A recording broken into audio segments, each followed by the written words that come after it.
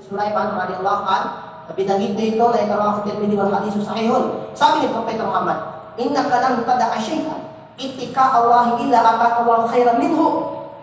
Wala kang iniiwan na haram, bawal. Wala kang iniiwan na haram. Ito ay bawal, kinaayawan ni Allah. Iniiwan mo ito para sa Allah. Iniiwan mo ang bagay na ito, iharam na ito. Liban na lang sa pag-iwan mo sa haram na yan, may ibibigay ang Allah na mas mainam doon sa inahangad mo na haram. Baka hindi mo pa nakukuha nakapasa sa board exam, baka nandiyan pa yung kasalanan. Baka hindi mo pa nakukuha ang pangarap mo, nakabili ng kotse, bakit nandiyan pa yung kasalanan. Baka hindi mo pa nakukuha ang pangarap mo, nandiyan pa yung pandaraya. Baka hindi mo pa nakukuha ang pangarap mo dahil nandiyan pa yung bagay na hindi nagugustuhan ng Allah. Kaya iwan mo harap na yan kung nagawa ko. Bawat isa alam natin ang mga nagagawa nating kasalanan. Al-insanu adra bi nafsihi, ang tao mas pinaka-nakakalam sa kanyang sarili. Balil insanu ala nafsihi basira, bagkus ang tao ang mas pinaka-nakakalam sa kanyang sarili kung ano ang kasalanan ng bawat isa. Kung meron tayong mga kasalanan, patiyakan. Kung iiwanan natin ito, hintayin natin ang mga pangarap natin. Makukuha natin dahil sa pag-iwan sa haram. Yan pa ang technique sa pag-iwan ng pangarap, iwan ng haram. At ang ingatan natin, nakagawa tayo ng haram. Ng haram na ito, ay kinatatakutan natin na makita ng tao, ngunit hindi tayo natatakot sa Allah. Ganito ang nakasaya ng ibang mga tao eh. Abot ng kanyang makakaya, ginagawa niya.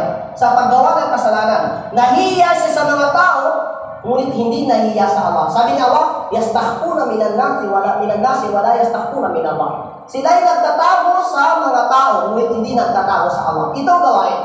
Halimbawa, nanonood ng haram, hindi na pinapakita sa kasama niya. Bakit? Natatakot siya, baka ipahiya. O di kaya, nakikinig siya ng haram, hindi niya pinaparinig sa kasama niya. Bakit? Nahihiya siya, baka pahiyain siya. Nahihiya siya sa mga tao, hindi nahihiya sa Allah. Si Propeta Muhammad sallallahu alaihi wasallam, kanyang pahayag patungkol ito sa pagkatakot na ito'y magpag-isa. Ang nakakatakot na paggawa ng kasalanan ay ang mapag-isa ka. Kasi bakit? Walang sumusuway sa'yo. Wala na dyan si Ustad, wala na si Alim, si Hapig, wala na. Sarili mo na lang. Ang paniniwala mo na lang natira. Kaya ingatan mo makagawa ka ng kasalanan. Dahil sabi ni Propeta Muhammad, ito'y nakakapanginabot na kalagayan ng tao sa kabilang buhay. Sabi ni Tawban, kala Rasul sallallahu alaihi wasallam, la alaman na aqwaman min ummati ya'tuna yawm al-qiyamati bihasanati kamthali jibalin tihama bihidan. May mga tao sa kabilang buhay na sila ay mayroong dinadalang kabutihan. Ang mga tao sa kabilang buhay ay magsiselo sa tao yun na may dalang kabutihan na isinasubmit sa Allah. May kabutihan ako ito. Lahat ng aral niya, lahat ng ibadah niya, ano, dinadala, pinapakita sa Allah. Tapos sa mga tao sa kanyang kapaligiran nagsiselos. Ang dami naman ng ibadah ni Fulana, siguro nagsala siya, nagtahajud siya, nung pa sa mundo, ngayon nakakaingit siya. Ayun, payaj'alallahu haba'an mansura. At ang kabutihan na yun, gagawin ni Allah na parang alikabok na walang saysay, walang pakinabang sa kanya. Magtataka ang mga tao. Hindi ba may kabutihan siya? Bakit biglang nawala? Nagtaka ang mga tao. Sabi ni Tawban, ya Rasulullah, sikhum lana wa jallihim lana, innana la na'arifu. Ya Rasulullah, pwede bang bagitin mo sa amin ang mga tao yun? Pahayag mo, katangian nila na hindi namin alam. Baka nagagawa na namin yun, sabi ni Tawban. Sabi ni Propeta Muhammad SAW, innahum ikhwanukum. Sila ang inyong mga kapatid. Classmate mo, kapitbahay mo, maaring ustad mo, ustad murid mo, maaring magulang mo, maaring anak mo, maaring kapitbahay mo, maaring nasa kasama mo na sa pagtitinda. Sila yung mga kapatid ninyo. Wa min jildatikum. Pareho kayo ng balat, walang pagkakaiba. Ya'khuduna min al-layli kama ta'khudun. Sila yung nagkasala sa gabi. Sumasambali sa gabi, nagtatahajjud, nagtatarawih, nag-i'tikaf, gumagawa ng ibadah. Lakinnahum aqwamun idha khalaw bi maharimillahi inta'aquha, yani waqa'uha. Ngunit sila yung mga tao, kapag sila ay mapag-isa at walang kasama, nandun sa kwarto, mag-isa, sinasarado, andyan na yung haram, nakikipag-chat sa hindi niya maharam, nakikipagkita, na kung saan, di niya rin respeto ang magulang ng babae. Nagpapakita ng haram. O di kaya tumitingin ng haram, mapag-isa siya, sinasarado niya. Katiyakan, binubura niya ang kanyang ibadah. Mga kapatid, sa pananampalataya, katakutan natin ang paggawa ng haram na ito tayo mapag-isa sapagkat ito ay nagbubura ng ibadah at ang kalagayan sa sa kabilang buhay, yung mga tao na hindi natatakot sa Allah, ngunit sa mga tao na hihiya. Ito ang katangian ng ibang mga tao. Mintali bin Adam. Kasama yan sa nature, ibig sabihin, palatandaan ng angka ni Adam, maiiya sa mga tao, pero minsan di siya maiiya sa Allah subhanahu wa ta'ala. Yun ang una, katakutan natin ng haram, awot natin nakakaya sapagkat kung ikaw ay matakutin sa haram, katiyakan, ikaw ay pinakamahinaw na tao sa paningin ni Allah subhanahu wa ta'ala. Pangalawa na pahayag ni Propeta Muhammad sa sana. Wagda bima qasamallahu laka takun agnan nas. Tanggapin mo kung anong ibinigay ni Allah sa iyo dahil ikaw ang mas pinakamainam sa lahat ng tao. Ikaw ang pinakamayaman. Ikaw ang mayroong kayamanan sa paningin ni Allah. Tanggapin mo anong nakuha mong budget. Kung ano man ang nakuha mo sa pagpapapagod mo mula umaga hanggang gabi sa pagbibenta, huwag mong sisilang anak mo. Kapatid mo, kapitbahay mo, na bakit kaunti nakuha mo sa pagbibenta? Sapagkat tanggapin mo yan, kapag tatanggapin mo, ikaw ang pinakamayaman sa paningin ni Allah. Tanggapin mo kung anong ibinigay ni Allah subhanahu wa ta'ala. Kung mahirap ka man, tanggapin mo na yan. Bakit ang pagtanggap mo dyan, yan ang napakalaking gantimpala. Kung ikaw man naman ay ganyan ka, anong paglikas sa'yo? Tanggapin mo. Ikaw ay mahirap, ikaw ay may pinagdaranasan, tanggapin mo. Dahil yan ang ibinigay ni Allah sa'yo na budget. Bakit?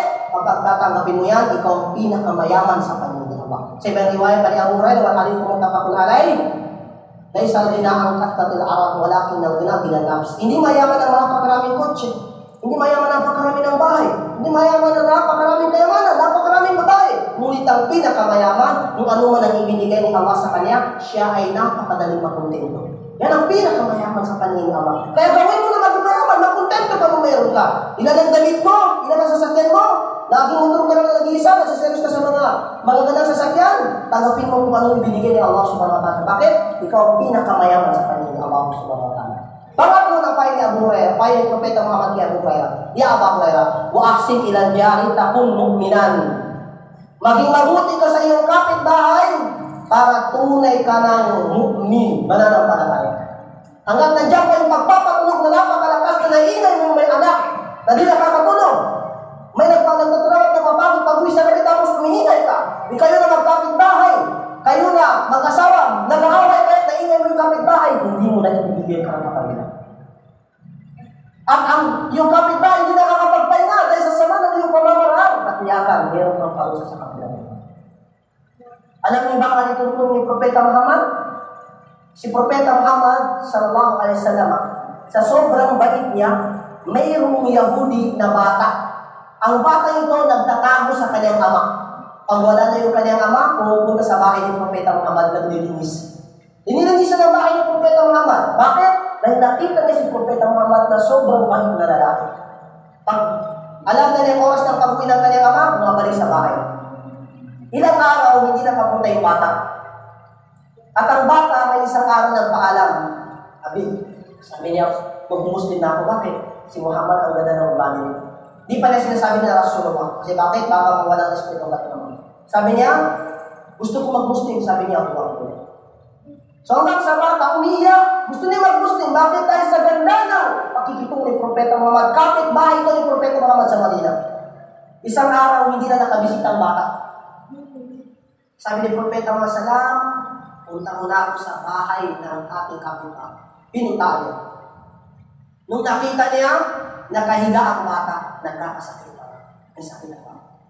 Hanggang sa pumasok si Propeta Muhammad ay pinatuloy ng kanyang ama. Sabi niya, Muhammad, tuloy ka. Pinatuloy si Propeta Muhammad, nakahiga ang bata. Ang Propeta Muhammad doon dumiretso sa ulo ng bata, hindi doon sa paa. Ito ay tuntunin na adab, pamamaraan. Kapag bibisita ka sa may sakit, huwag kang dumiretso doon sa paa. Bakit? Hindi niya kayang ayusin ang kanyang sarili, baka makita mo yung power niya. Kung meron kang sasabihin, diretso ka sa ulo, paiwan mo. Magsabar ka, mag-is ka. Hanggang sa pinuntahan ni Propeta Muhammad ang bata, doon pala sa ulo, kinausap niya. Sabi niya, Asli, mag-Muslim ka lang. So ang bata, tumingin sa kanyang ama. Natatakot, nasasabihin niya, Asyhadu an la ilaha illallah, wa asyhadu anna Muhammadan abduhu wa rasuluh. Natatakot na sabihin na yun. Hanggang sa tumingin ang bata sa kanyang ama, sabi niya, di siya makapagsalita. At ang sabi ng kanyang ama, Ate Abul Qasim, sige na anak, pinapayagan na kitang mag-Muslim. Asyhadu an la ilaha illallah, wa asyhadu anna Muhammadan abduhu wa rasuluh. Sa oras na yun, doon na rin namatay ang bata. Kapag Muslim siya, sa tigla na pag-Muslim, Dahil sa katanya ni Propeta Muhammad sallallahu alaihi wasallam. Alam niyo ba ang Propeta Muhammad sallallahu alaihi wasallam sa kanyang pagiging mabuti sa kapitbahay? Isang Yahudi na hindi man ito binibigyan ni Propeta Muhammad ng kanyang kayamanan nakapag-Muslim dahil sa pagiging mabuti sa kapitbahay. Katiyakan si Propeta Muhammad sallallahu siya muna si Propeta Muhammad, dumating sa kanya si Jibril. Lagi-lagi, gabi-gabi. Sabi niya, Mazala Jibril, yusini bin jahat, tabanatu, ano sa iyo ito? Lagi akong pinapayuan ni Propeta Muhammad sallallahu alaihi wasallam na ibigay ko ang karapatan ng aking kapitbahay hanggang sa inakala ko kapag ako ay mamamatay, maibibigay ko ang bahagi ng aking mana. Pero hindi naman talaga maibibigay. Dahil kapag mabigyan mo na, ay yung mga kamag-anak. Pero dahil sa pag-akala ng Propeta Muhammad sa karapatan ng kapitbahay, mabibigyan ng mana. Yun ang karapatan ng kapitbahay. Naway sana maging malino sa atin ang khutbah na ito. Dito na natin tatapusin. Aming barakallahu li wa lakum min kulli dhanbin wa li sa'iril muslimin fastaghfiruhu innahu huwal ghafurur rahim.